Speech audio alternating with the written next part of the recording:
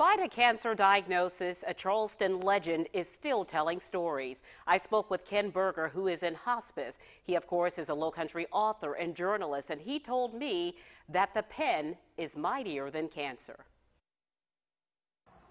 You talked about cancer a little while ago, and you said cancer doesn't play. No, cancer don't play. Cancer don't play. Every time somebody comes to see you, it's so great. It's so wonderful that people say, "Oh, you look so good. You look so good." I was afraid I was going to see a carcass or something, left of the carcass. Ken Berger has never been a guy. Now, it won't last forever. To mince words. One way that you have really captivated our hearts and minds is through your valiant public fight with cancer. It takes a certain fearlessness to do what we do, you know. And I've always been a fearless writer.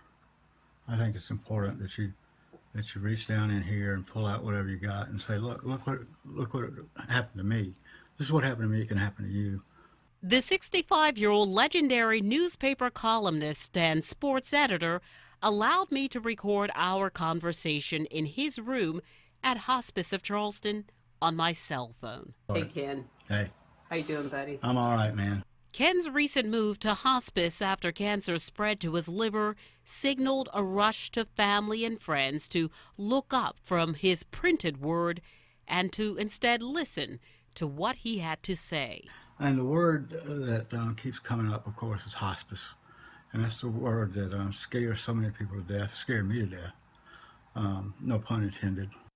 Maybe you don't know this. You inspired a lot of people to attempt to become writers. I've heard that, and I appreciate that. Ken describes leaving his birth town in rural South Carolina as an escape. Because we were under everything when I was growing up. We were underemployed, we were underpaid, we were underrepresented, we were under everything.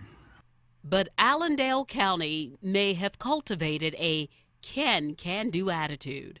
Because I was one of these guys, little guy, small town, South Carolina, who really wanted to be a writer. And nobody ever told me I couldn't do it. And now this lifelong writer is working on a new chapter. Finally there, we're at the end of life, and unless something comes through in the next few hours, months, days, who knows, this could be my last stop. And that sounds very serious, and of course it is.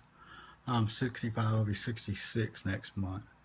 I told Bonnie all I really wanted to do was get that one Social Security paycheck after all these years, that I'd be able to hold it and spend it and be what all that hard work was all about.